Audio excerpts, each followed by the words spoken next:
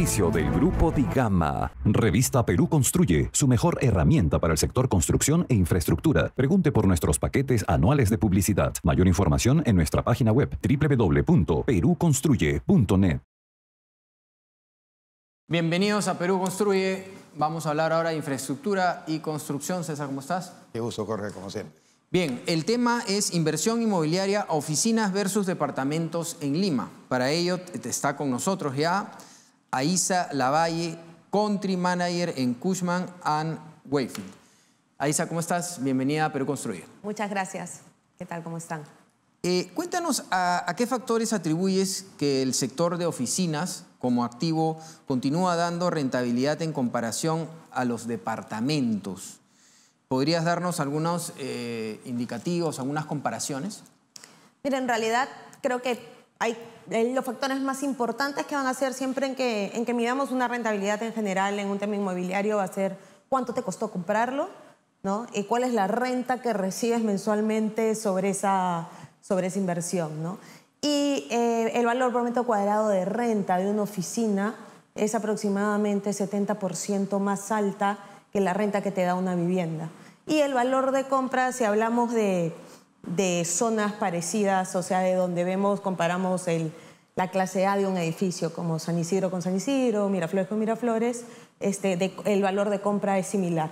Entonces, solo por tener un ingreso más alto de renta, tu rentabilidad va a ser más alta al final porcentualmente en el retorno que vas a tener, ¿no? Esa es como que la parte básica. Y hay otra parte también que es importante, que es que cuando en un edificio clase A, el inquilino que tienes normalmente es un inquilino que es una empresa, que hace contratos de más largo plazo, y eso se da principalmente porque invierte en la oficina, invierte en la implementación.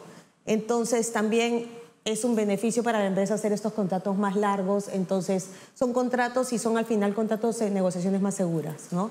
Concentrémonos un poco a ver, Aisa, en lo de las oficinas, ¿no? Porque el fin de la pandemia determinó la apariencia del retorno de todos a una actividad que antes era normal, pero en el medio se creó la virtualidad, el contacto a distancia y por lo tanto incluso decisiones de algunas empresas que han tomado para desocupar diversas oficinas. ¿Cómo han variado esos indicadores? ¿Qué impactos han tenido dentro de ese rubro?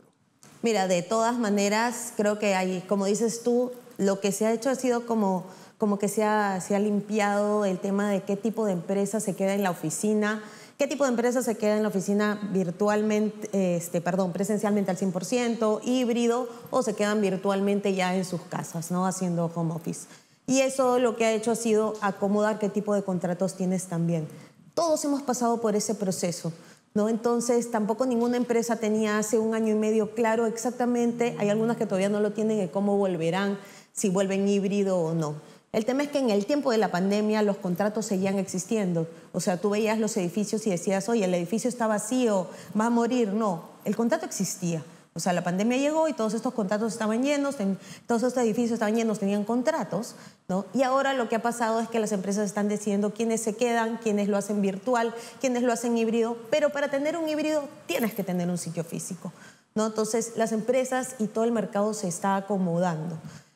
Y eso hace que el mercado se mantenga, solo que cambia esta característica de quién se queda, quién se va, cuántos metros de repente tomas. Y hay factores externos que todavía entran, que tienen que analizarse. La ley del teletrabajo, que la estuvimos esperando por bastante tiempo, ¿no? Que finalmente ya salió el reglamento. Entonces también con eso las empresas se acomodan. Ahora también van a empezar temas culturales en cómo mantienes la cultura de la empresa teniendo a todos si optas por un híbrido o por un remoto total, ¿no? Ahora, el proceso de cambio continúa.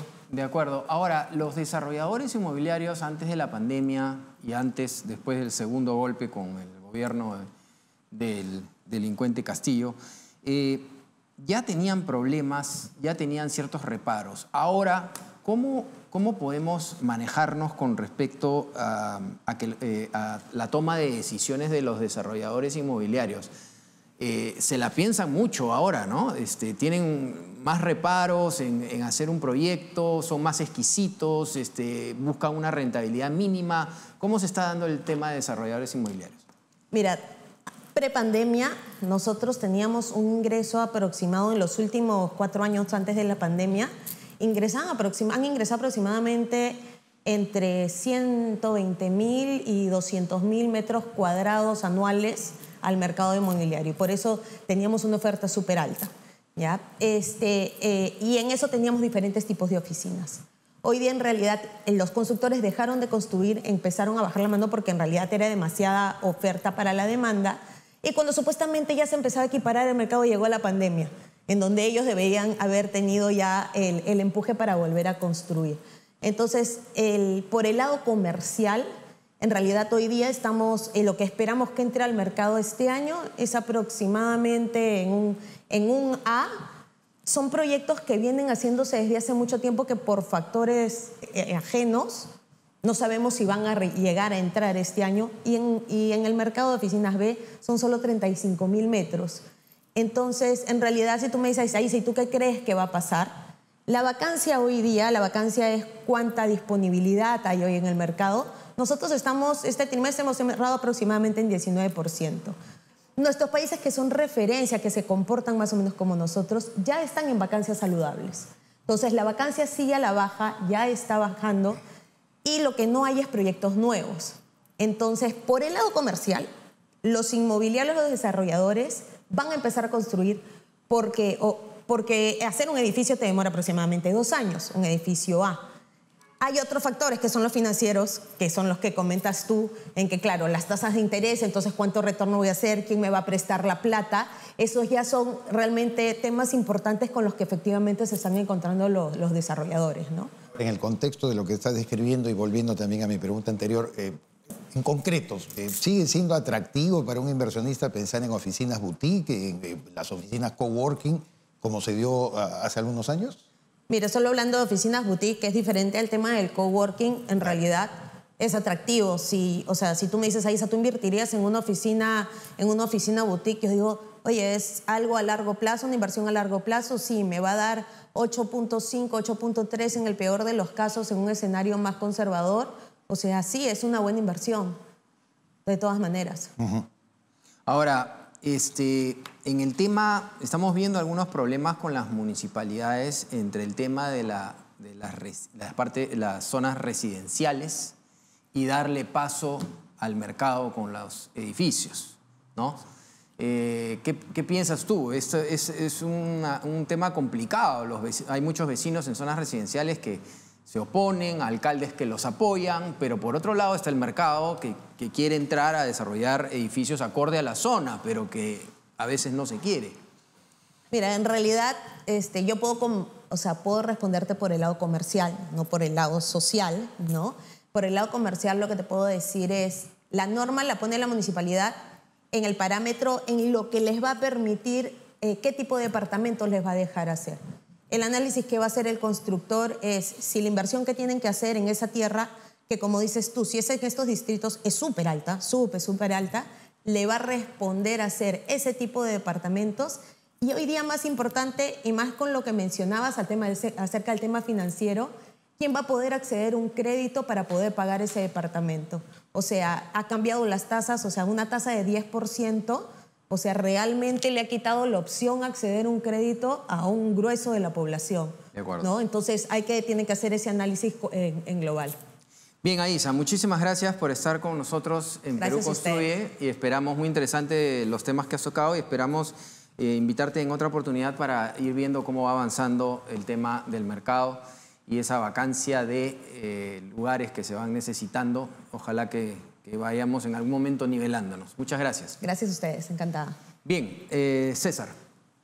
Sí, por supuesto, no podemos despedirnos sin antes señalarle que si usted es un proveedor o está aspirando a hacerlo del sector construcción e infraestructura, tiene que participar de la nueva multiplataforma internacional de información y de promoción de sus productos o servicios en el Perú y, ojo, en más de 30 países del mundo. Su nombre, Perú Construye, Latam Construction. Bien, muy interesante, César, lo que nos comenta Isa Lavalle de Country Manager and Cushman and Wakefield.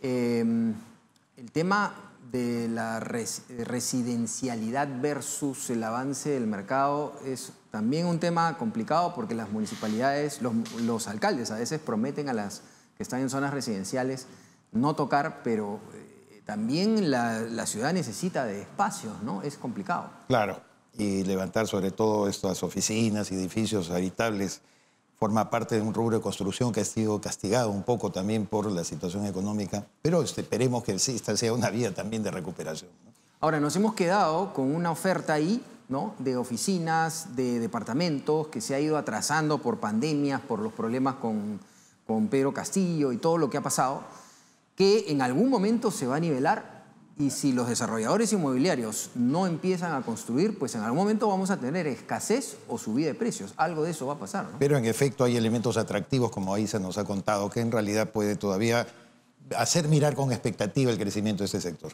Así es. Bien, llegando ya al final del programa, no se olviden, por esta misma señal vamos a estar los fines de semana, tanto César Campos como Jorge León Benavides, para estar tanto en Rumbo Minero como en este programa Perú Construye, para hablar de los diferentes temas que son tan importantes como la minería y la construcción. A nombre del Grupo de Gama, les agradecemos y nos vemos el próximo fin de semana por esta señal.